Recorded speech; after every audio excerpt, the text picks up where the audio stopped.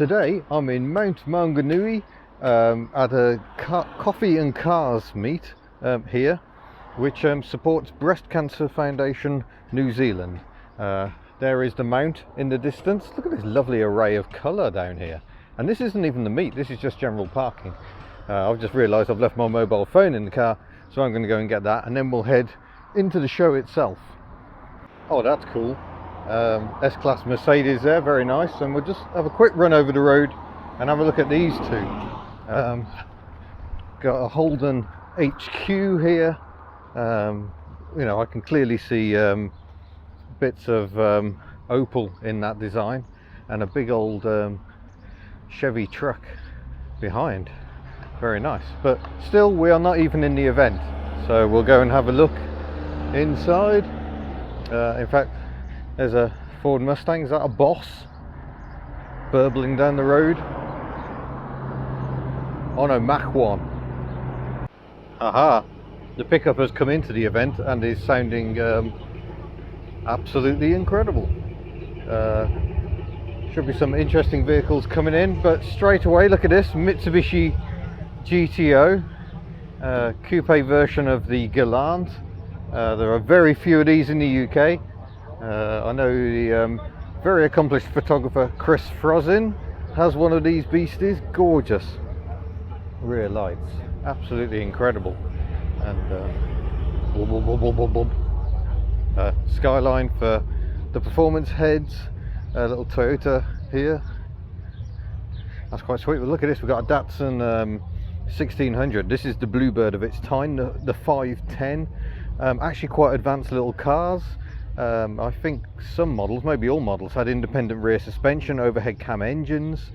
It's the L series in 4-cylinder form, so the Nissan 240Z uses the L28, a 2.8 litre 6-cylinder version. These are 4-cylinder versions of that same engine family, and lovely cars to drive. I know of a couple in the UK.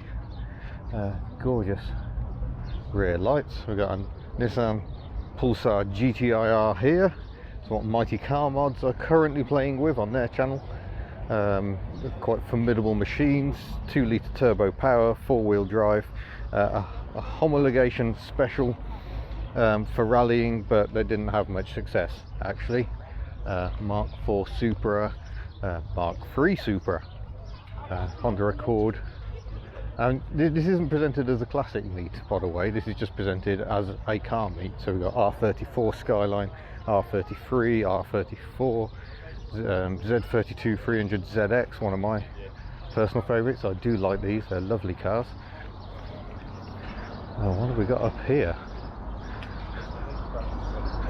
Some rotary power in various forms. RX-7 here.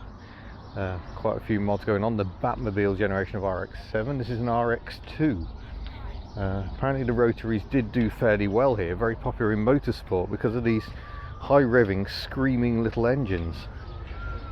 They did sell them in the UK as well, but in tiny numbers. See very few there at all. Another RX-7. What have we got here? A Datsun of some sort with Mazda power. Okay, intriguing. So that's a Datsun 1200 but with a rotary engine. Toyota Starlet KP61 I think, or it might be the earlier 60, the bug eye. It is the bug eye, quite stylish. Mazda RX-3, a slightly larger car based on the Familia, and again with rotary power. I don't think these had 13Bs and turbochargers as standards though, so that's an upgrade. Mazda 323 estate, probably sold as the Familia in some markets.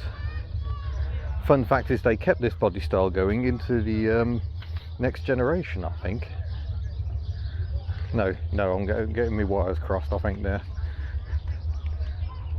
Or maybe I'm not. Again, we seem to have rotary power going on. 12A naturally aspirated in this case. This has turned out to be quite a little show. We should go and explore over there at some point. I can see a TVR Chimera and a Lancia Delta Integrale. Lovely ratty Toyota Corolla estate. all of the patination going on. RX-7. But yeah, don't get thinking this is just a performance head car show. For a start, we've got a Nissan Navara there. Oh wow, some more big old Americana coming in. But look at this Humber Scepter, or is it a Hillman? It's a Hillman badged here. Wow, my dad had one in just that colour. Oh, the memories. And we've got an Alvis here.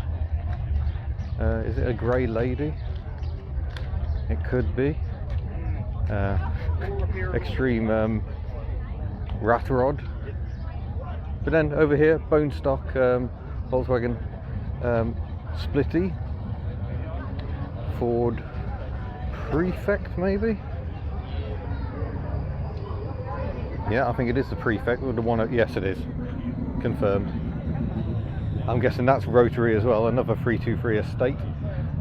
Morris Minor with the kidney choppers that I dislike so much. Wow.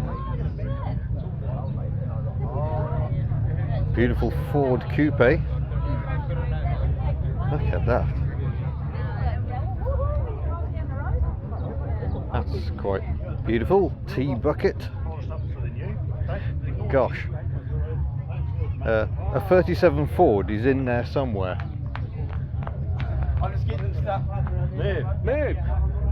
Wow, that's enormous. Huge Chevy Bel Air, Corvettes, variously. This is going to be quite a big show, I think. Jeepers, big old supercharger on that one. A Packard, that's quite delicious. I love the Caravan going with it. And yeah, further lovely vehicles. Chevy day van. Always like those.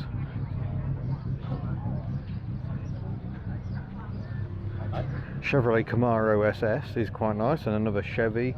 Oh come on, I should know what this is. Plymouth Satellite, there you go. I'm very pleased that they have the rego tags on. It makes my life an awful lot easier because I'm hopeless on American cars. It's been said that I know loads about cars, but American stuff is kind of a blind spot. But look at this LDV. That's one of the first LDV 400s I've seen here. It's had the roof chop, it's got V8. Wow, that's very interesting. Bedford CF ex-ambulance next to it. Got some Holdens of various generations here, fairly recent and not so recent.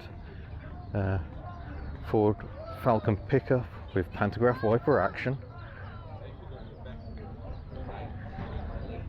Oh wow. VL Commodore of the particularly sporty type. The old SV, big body kit, huge spoiler. That's quite hilarious, no doubt a homologation special.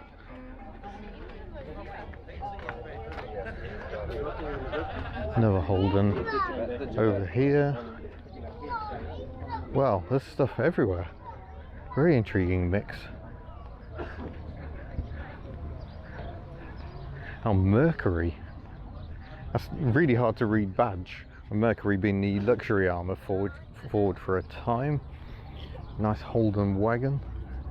Notice I used the word wagon, not estate, because that upsets people. Oh, that's quite funky as well. You can definitely see some Viva heritage there. Oh, Monaro. That's quite a beast. What a show. All sorts of stuff, and still cars arriving as well. Ford Thunderbird here. That's when it went through its slightly podgy phase. Mustang. Oh, but look at this.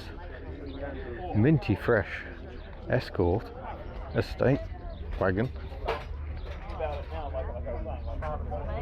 Wow, that's really clean. For sale as well, 1.3L. Fun fact with the estates is the Mark II estates use the Mark I body shell, complete with the hip kink and the curvier windscreen. They didn't update it, they didn't bother on the estate version, or the van. The van also is in yeah, the wrong form. Oh, hello. Bit of no, we just need an interceptor. Another Thunderbird, quite like those actually, and even more Thunderbird action. Look at this Mark II Zephyr convertible, quite rare. It's got a few mods. Yeah, those are not standard seats. Trying to work out what those seats are out of. Someone will know, I'm sure. Don't quite fit, maybe. Ford Falcon Ute.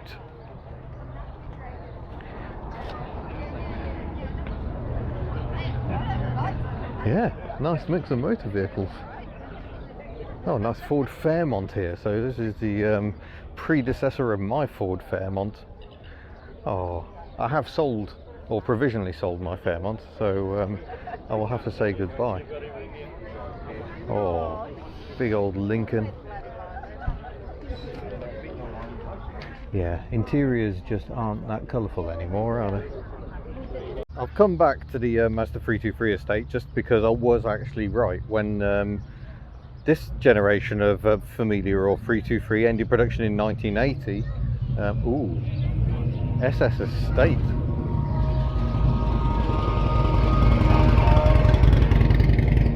Nice, sorry, slightly distracted. Yeah, this generation only existed for 3 years, 1977 to 1980. Then the front-wheel drive version, developed with the aid of Ford, came into being. But the estate did remain rear-wheel drive, and they copied one of Ford's tricks. All they did was put the later front body panels from the front-wheel drive model onto the rear-wheel drive estate, because they perhaps reasonably reasoned that an estate was better off with simple rear suspension and might as well just keep it rear-wheel drive. So I think that's quite clever, really. I think they're leaf spring at the back. We'll have a peek if we can see past the enormous fart cannon. And no, this one definitely isn't anymore. There's coilovers going on under there. Oh yeah, I can still see leaf springs as well. So yeah, quite interesting. And another one has also joined in now as well. Also rotary powered. We heard that come in while I was filming earlier. It even has some amusing extra gauges mounted on the ventilation to scoop. But notice all the spark plugs leads. It's a twin rotor engine, 13B we've got here, and 2 spark plugs per rotor housing. So if we come around the other side for a better look, each of these grey stripes is a rotor housing, so that's where the triangular rotor, which is the shape of that oil filler, spins around in its eccentric movement. So twin rotor engine, very compact, lots of power even without turbos. Well, there we go. That's a nice little meet, the Cars and Coffee meet here in Maunganui. It's been a very pleasant morning. Some very interesting cars here, but I haven't got much time to linger. I need to get off to Hobbiton of all places. So I shall say thank you very much for watching. If you subscribe if you wish, head to the store at hubnut.org if you wish, and I look forward to seeing you in a future video. Farewell.